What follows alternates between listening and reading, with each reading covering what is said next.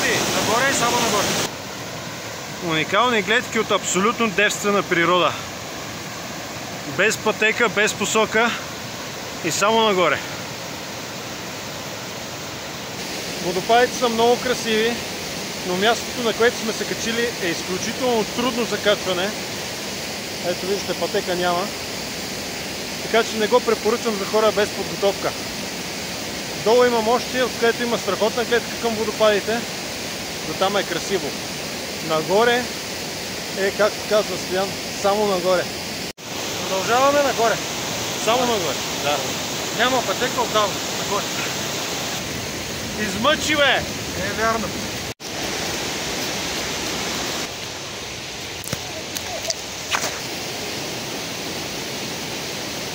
Накъде е? Горе.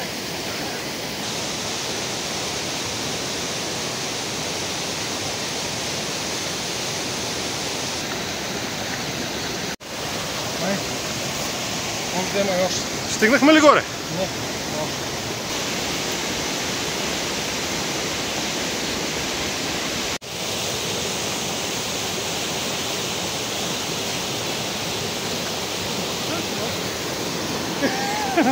Да?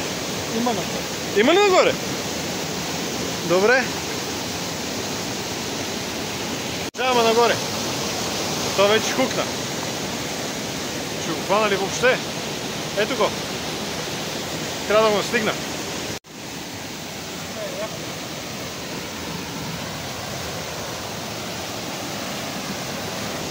Това ли е? Сега ще пробвам пак нагоре. Аха. Само нагоре.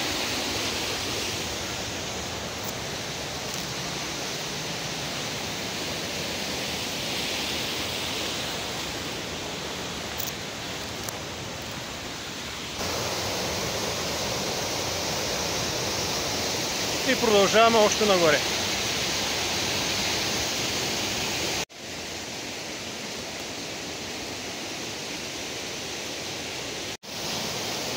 За водопада? Как до тук никой не се е качвал? Не се е качвал. Абсурд! Аз се обърна. Кой? Ти? Ето там. Къде? Тука. Ти кажи, нагоре. Нагоре? Само нагоре! Продължаваме нагоре. Само нагоре! До тук никой не се е качвал. Само двама будали. Будала едно и будала две. Не, оня е будала едно, аз съм две, защото го слушам. Гледайте какво става. Нагоре ли?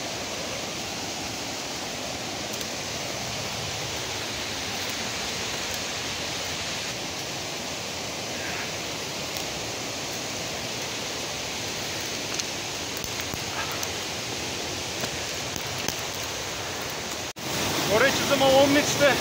Двама сме. Друг не се е качвал тук със сигурност. Кажи нещо. Зелен.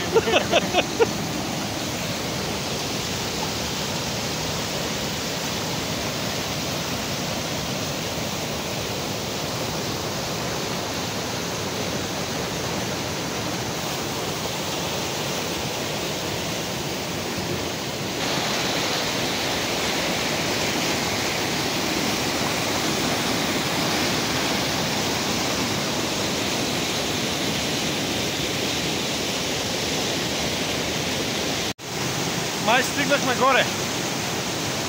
Стоян каза, че по-нагоре нямало. Поток. Добре. До тук сме и почваме надолу.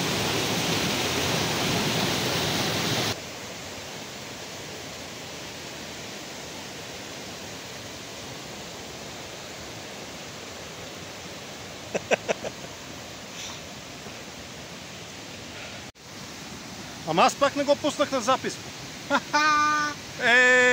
Яка е пак? Останаха 30 секунди за вода или запис. След това тръгваме надолу.